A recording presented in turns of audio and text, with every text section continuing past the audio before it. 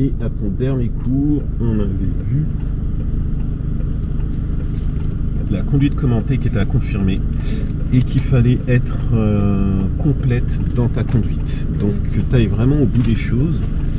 Faut pas que tu cherches en gros un peu à te limiter et surtout que tu anticipes. Donc on va reprendre un peu cet exercice de conduite commentée. Si tu es prête, tu peux t'engager dans la circulation.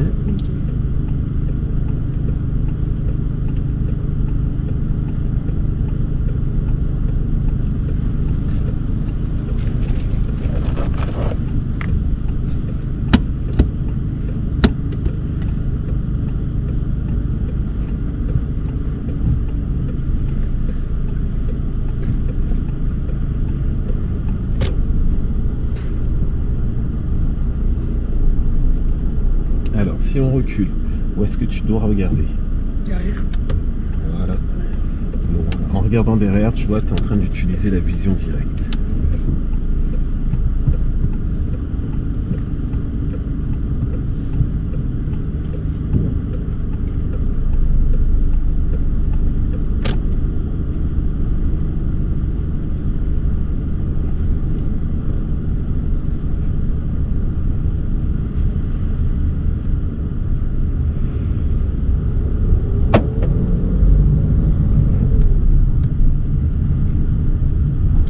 Alors, donc je te rappelle, hein, l'exercice de la conduite commentée, ça consiste à observer loin devant, c'est ce qu'on parle d'anticiper, et de dire un peu la signalisation que tu vois.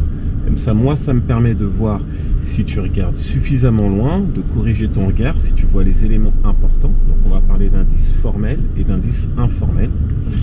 Indice formel, c'est tout ce qui va être signalisation fixe, les panneaux, le marquage au sol. Indice informel, c'est tout ce qui va être en mouvement, les piétons, un clignotant, une trottinette, un vélo, etc. Et donc, on devra détecter et annoncer des fois les indices les plus importants par rapport à la situation où on se trouve, pour que je sache si tu les as vus à temps et comment tu te comportes. Est-ce que tu as besoin que je te fasse une démonstration ou tu te rappelles? Ouais, ok. Du coup, je te fais une démo. Donc là, mon regard, je ne l'amène pas au niveau du passage piéton, c'est trop proche. Je l'amène beaucoup plus loin à mon point de chute. Le point de chute, c'est là où mon regard est bloqué par un objet. Donc là, mon point de chute, c'est la devanture, on va dire rose et blanche. Hop, je vois un piéton qui traverse, j'en vois plusieurs. Et avant, dès que j'ai détecté un indice important, là c'est un indice informel, je regarde derrière moi, qui est derrière moi, parce que qui dit danger devant, dit que je vais devoir réduire l'allure. Et comment je freine? Parce que si j'ai une personne proche derrière moi, ça peut être une collision. C'est suffisamment loin, ça me permet de doser mon freinage. Tu vois, j'ai des indices informels, des clignotants ou des warnings. Donc peut-être que les véhicules sont en train de décharger des objets ou faire descendre un passager. Comme on voit pas complètement l'arrière, ça aurait pu être juste le clignotant droit et le véhicule décide de s'engager. Donc les indices informels vont avoir quand même un ordre d'importance plus élevé que quelque chose qui est fixe comme un feu. Nous, ce qu'on va faire, c'est qu'on va prendre à droite, s'il te plaît.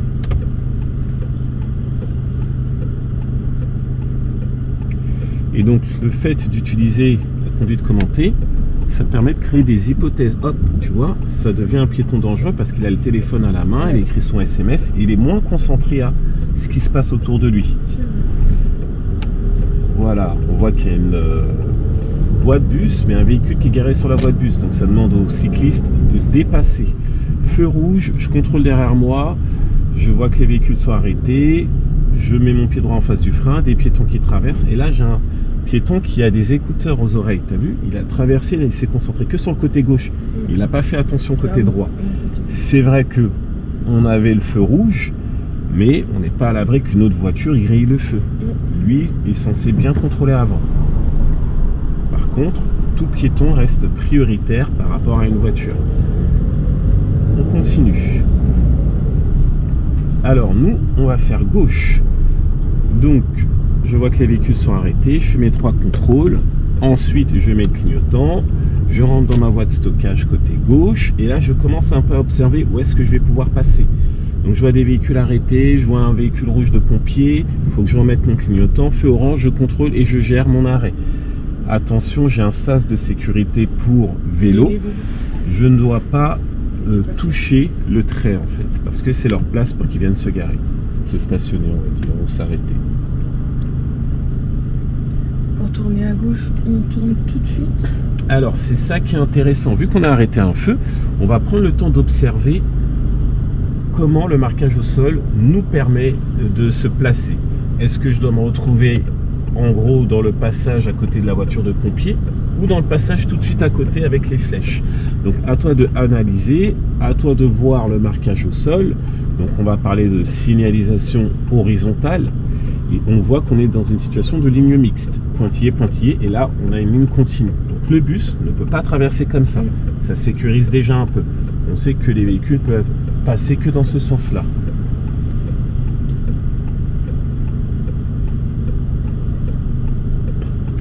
Et oui, je dois tourner à gauche, mais aussi je dois contrôler ce qui se passe autour de moi à 360 degrés. Donc je m'utilise des rétros, etc. Tu as vu, il y a beaucoup de circulation, de passage. Donc un vélo peut me dépasser par la droite, une trottinette, etc. J'observe, j'analyse, je vois où est-ce que je peux passer. Donc voilà, je peux soit passer par ici ou passer du côté où il y avait le bus. Je me dis que c'était une voie réservée au bus. Donc si tu avais un doute, en tout cas dans les deux choix que tu aurais pu faire, il n'y a aucun qui ne respectait pas la règle de circulation. Donc pour le moment, ça se passe bien. Donc là, je suis arrêté au feu, je vois qu'il y a une intersection à droite, je vois qu'il y a une bande cyclable également à droite, je vois qu'il y a un panneau de travaux, un panneau qui me dit rétrécissement de la voie, mais des deux côtés.